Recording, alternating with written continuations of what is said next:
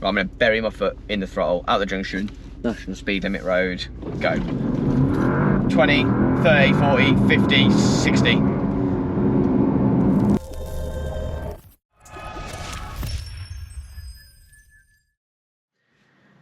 Hi guys, welcome back to CMD and another video. You join me in the Porsche Panamera Turbo E-Hybrid. This brand new model to Porsche has been lent to me by the guys at Porsche Centre in Nottingham. Tom, Hale and Matt have very kindly introduced me to the car a number of days ago and sent me away whilst I have some recalls and new rubber put on the 911. So I'm on my way now to go and pick the car back up. So let's talk you through the spec on this demo car, presently available at Porsche Nottingham. So obviously this is the Turbo E-Hybrid. It's a 500 kilowatts, 680 horsepower car, all-wheel drive, PDK transmission. You can drive it in all modes. The car starts up in eDrive every time you start it on a full charge. I've been using the car to and from the office, and my commute is roughly around 25-mile round trip if I'm just going to one place and back. Depending on what I've got that day, I can do hundreds of miles, I can do 25. The car will get me to and from the office twice on one juice quite comfortably. It is performing at sort of stated range. You can toggle on your sports chrono, you can go into hybrid. When you toggle into hybrid, it goes to hybrid auto. You can also hold charge, and you can also charge the battery. So depending on what you've got to do and how you're scheduling your day, you can actually work the battery around what you've got going on and where you'll be most efficient. The spec on this one, I'm a huge fan. This is quite literally how I would do this car if money was no option. And I say if money was no option because, as specified, this car is, wait for it, £151,990. Dolomite Silver metallic. Anyone who knows the channel knows that I like a silver car. I know, boring to some, but for me, just classy. Leather interior in black with interior package turbonite. So one of the things that Porsche now do with any turbo model is you get turbonite badges everywhere, from key fob to steering wheel, wheels, bonnet badge. The sports chrono dial is in turbonite, so it just lets you know if you're in a turbo car that you're in something that little bit more special than the standard. Panoramic roof system, you can have as much light or as little as possible. I'm obviously in full light mode. I like a dark cabin, but I like as much light into it as possible. Porsche Active Ride. This is a new thing to the Panamera and to Porsche. When you open the car raises 5.5 centimeters to let you in and just make it a bit easier to enter the car, just being that little bit higher. And then will drop you back down when the door is shut and the engine is started. It also flattens the car out in any circumstance. If you accelerate, instead of your nose going up, your nose actually plants forward, so the car stays much flatter. When you brake hard, the car doesn't lean you forward, it sort of holds you steady, so it feels like it holds you back because you're sort of leaning forward, but it keeps you flat. And then when you go around corners, exactly the same principle. It keeps you at that sort of 0%, like a spirit level, whilst you're cornering hard. Initially, when Tom and Matt told me about it, I thought, it can't be that good.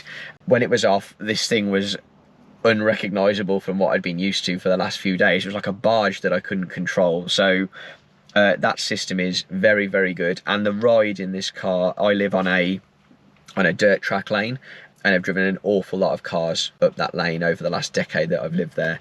This is by far and away the comfiest thing I have ever taken up that lane. So it's just got this fantastic travel distance and ability of keeping the car on an even keel no matter what's going on underneath it. So I would, if it were me, or if I was looking at one of these, that Active Ride would be an absolute must, because as a premium car at a premium price point, it really gives you that premium ride, and when you drive it for a long time, you really feel the benefit of that. Passenger display, so third screen.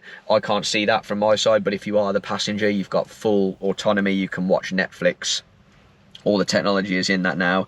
The Burmeister 3D high-end surround sound system has been fun. I know, questionable taste in music, but that's always been the case. But that thing is phenomenal. Acoustically insulated, laminated privacy glass, surround view with active parking support, electric roll-up sunblind. Nice touch. I would need it, I guess, or I would like it if I had a young child, but beyond that I wouldn't be bothered with it at all. And adaptive cruise control, again, absolute must. I think if you're going to have one of these cars, I most certainly would consider this if I was doing an awful lot of mileage, an awful lot of touring heading into Europe. Adaptive cruise has been a game changer. Along with lots of other things, it's just made the ride, you know, everywhere I've got to very fresh. It's obviously a very, very special place to sit, and that's part of the story. But obviously, we need to know what it's like on a drive, so let's do that.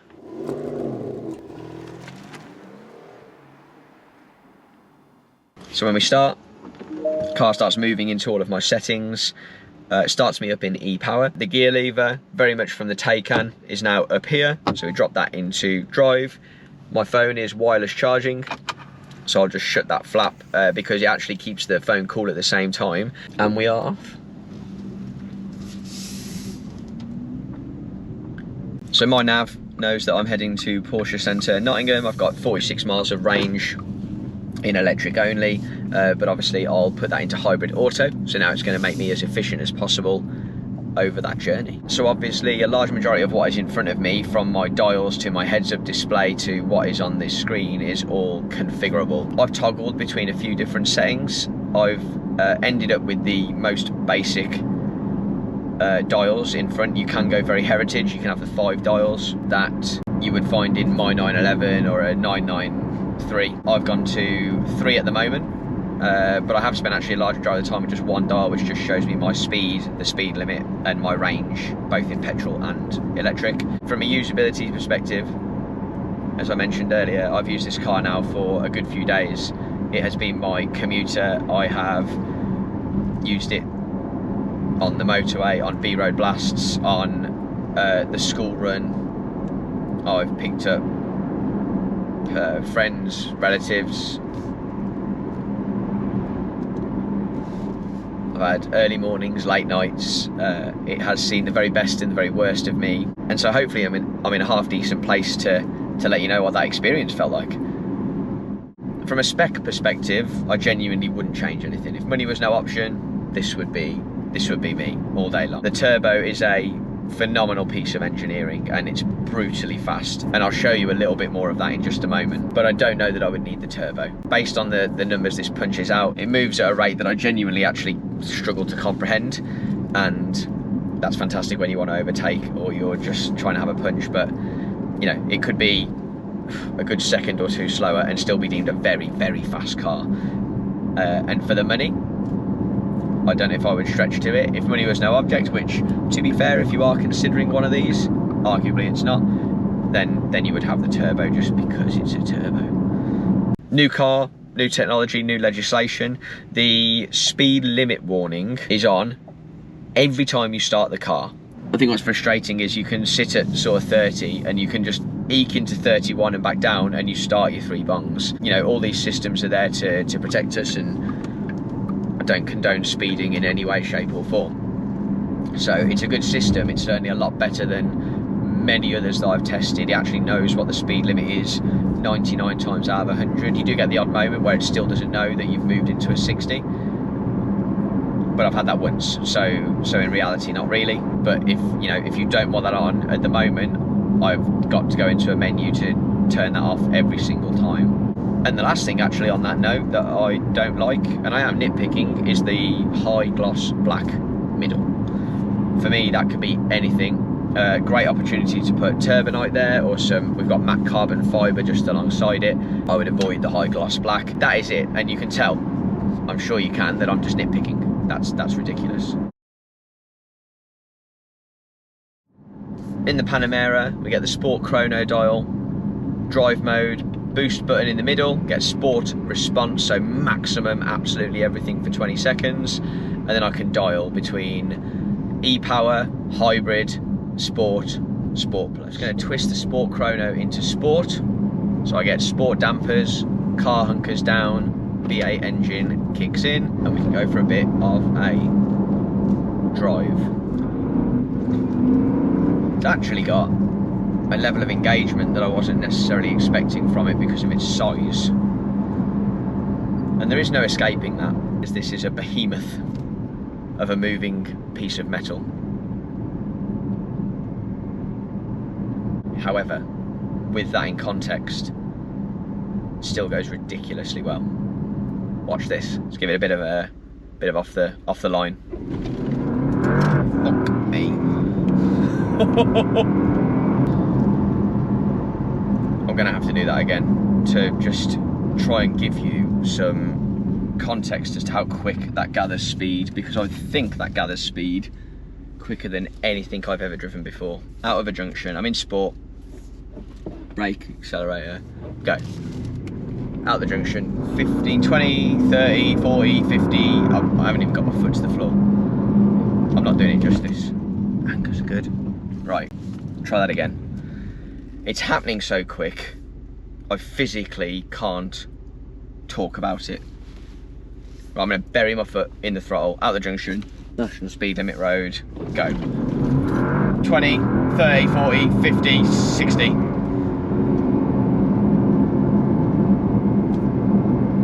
The digital speedo jumps from 0 to 20, I think that's what happened. Oh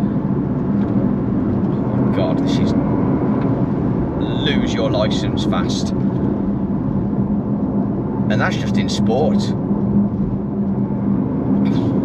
God alive.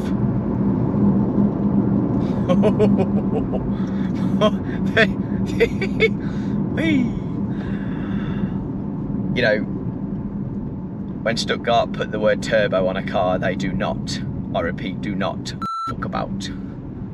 That is unthinkably fast. I know Porsche do turbos well, but that turbo is just mind-blowing. For me, I would, as an owner, if I had one, I don't think I would ever need to go past sport unless I took it to a track. It would hold its own on a track. I don't think you would need to worry about it. I don't think anyone who buys this car is going to take it to one. If you are one of those people, let me know. I'd love to hear about how it gets on. Turns out Porsche will let you have your cake and eat it for £151,990. I'm still smiling even just thinking about the fun I had this morning. What a ridiculous, ridiculous tool. And that's about as good a place as any as I can think of to say my goodbyes. I'm just going to turn my cool seat down. Hopefully that's been an interesting insight into the living with a Porsche Panamera Turbo E-Hybrid. I presently daily a BMW 330e, which runs off a similar principle. It's a wagon. It's got about 30 odd miles worth of electric range, and I use that to commute to and from my office. And then obviously if I need to go and do the motorway, it's a pretty comfy place to be with good infotainment and obviously a good level of comfort. And then if I want to toggle it into sport and have some fun, it should do that relatively well. Make no bones about it, this is a completely different level and a completely different price point, so it should be, shouldn't it? And if money was no object, I would have one in a heartbeat. I really would. It would be in this specification. Would I go turbo? Yeah, if money was no object, 100% I would. I would have this colour, I would have a large majority of this specification. And it has been a genuine pleasure and a genuine treat to drive around in for the last couple of days. If you're after an all-rounder of a vehicle, I genuinely can't think of anything I would rather drive. As always, a huge thank you to Porsche Centre Nottingham, to Matt and to Tom Hale for accommodating me, showing me the car, lending it me for the last few days, putting mileage on a stock vehicle, which is highly valuable. It's been well looked after, and a genuine joy to learn more about the Panamera. I can imagine I'm going to start doing some searching on Auto Trader rather soon. If you're new to CMD and you've not seen one of our videos before, we've been set up as a YouTube channel with a difference. All of the revenue that we generate lands into a designated bank account. All of the costs are met by myself and people who help me with my videos, including their time, expertise, and everything in between, which means all the revenue we generate is donated to local, national and international charities and good causes. More recently, we've been really fortunate to donate to Dreams Come True, over £1,500, and that's off the back of people like you watching videos like this. So if you like what you see, please consider a like and a subscribe, or just tell a friend or share it on a WhatsApp group, even if it's just so you can troll me. Essentially, if you're watching, it's helping, and I appreciate it, and I know that people who are benefiting appreciate it. And we're just on the start of this journey. You know, if we can get this thing going, the sky is the limit, and the people we can help, you know, wouldn't that be amazing if it could just be unlimited? So thank you for joining me on the journey. I've got to get this thing back to Porsche Centre Nottingham. That was Tom Hale giving me a call just a moment ago. He's probably wondering where I am. I'm inevitably running late. So I better crack on. I will look forward to checking in with you guys again soon. Cheers.